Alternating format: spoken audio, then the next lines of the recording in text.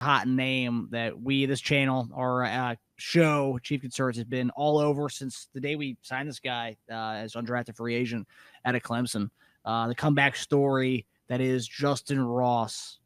Justyn Ross is a guy that so many, I don't know why there's a lot of Chiefs fans who don't want him to make the team. They're tired of hearing his name every offseason. And this is what really bothers me.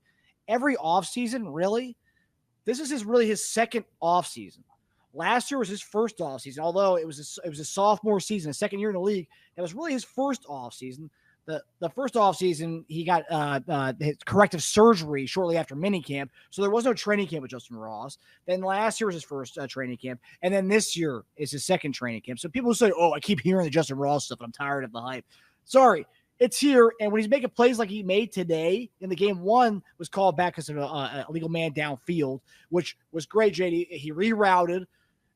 Play broke down. He goes to the sideline, catches the money ball to the sideline. Love seeing that. And then the jump ball he had on the sideline. I mean, he does stuff that, and the coaches have said this for the last 2 years, he does stuff that people in the room do not do. Yeah. His skill set is not matched in that receiver. We have a lot of redundancies. We have a lot of small guys who can catch little screen passes and little rub routes in the middle of the field. We have plenty of guys who can do that. But what he does, there's not a lot of guys who can do that in the league, specifically not a lot of guys on our team who can do that. And I think today, again, he showed what he can do if you give him targets and you give him the opportunity to do what he's doing.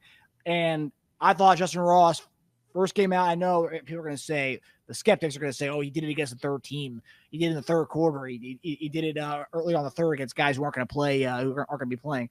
Not true. Third quarter, you're going to see a lot of guys who are rotating and defensively, especially in the secondary.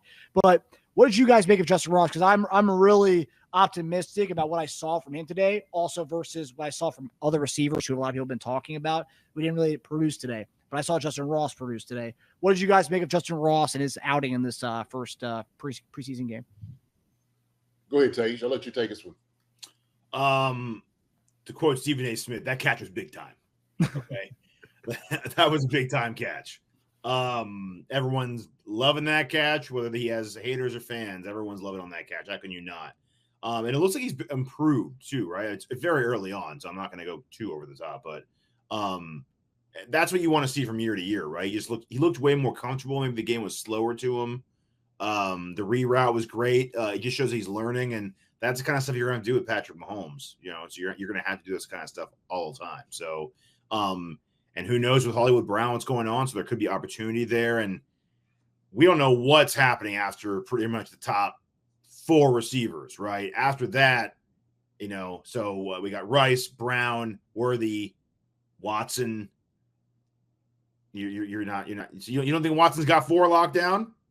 I mean, based on No? JD and I don't think so, but based on what I saw today, I don't think he played. When the ones were done, he was done. I didn't see him. Yeah, I know that's what kind of I'm. Yeah, I think they like him more than a lot of people like him. The Chiefs they're big fans. I'm going to say Ross or Watson 4. After that, it can go a lot of ways. I think Ross has a big opportunity to capture one of those spots. There's nothing else really like him out there, the way he plays. I think that helps him a lot.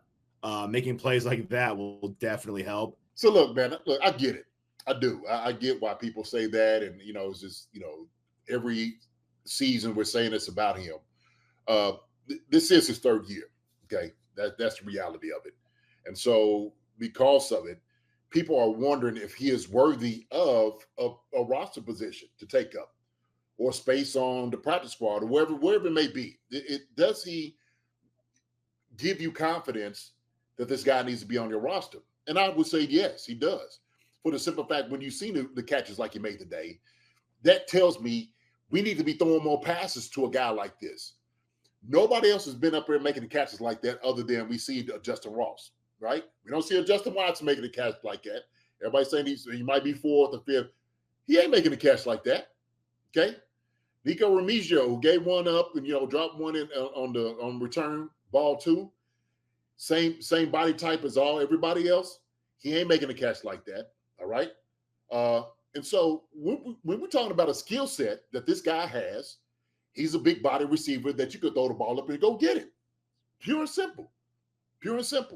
And so I would say if you want to really open up your playbook, which I know the Chiefs want to do, I think this is the reason Andy has him on here, why everybody's questioning the reason why he's on here, is because they understand the possibilities of having a Justyn Ross out there and what he can do.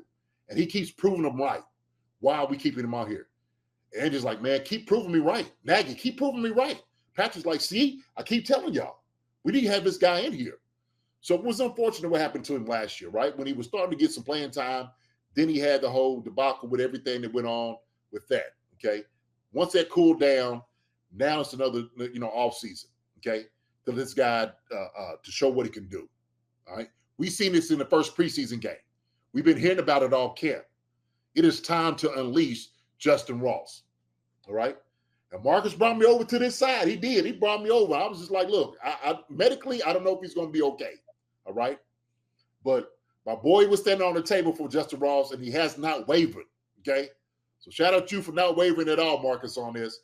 All right. And I've been becoming a believer since the past couple of years. All right. This is his third year. So I'm still believing. And I think he can do it because the way I'm looking at it, I'm still Worthy, Brown, Rice, Hardman, Sky Moore. I think Justyn Ross. I think, Kadarius Toney. I don't know with Justin Watson. This whole thing with Brown, because he's going to be out, opens the door for, possibility of other people getting in. There's no question about it, right? Yeah. And so I think that's what it does, at least for him. But I do believe he's safe because he's making plays. He made a play today. He made a couple of them. And so scrambling drill, we said this. I said this other day on the pod.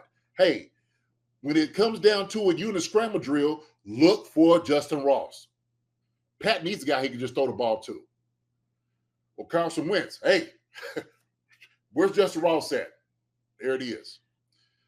I'd even say hot take possibility. I don't know how many of the starters can make that kind of catch. That's right. That's the point. He has in the air ball skills that I don't know Hollywood and Worthy and Rashee Rice even do that on a consistent basis. That's like he's got serious in the air ball skills like that.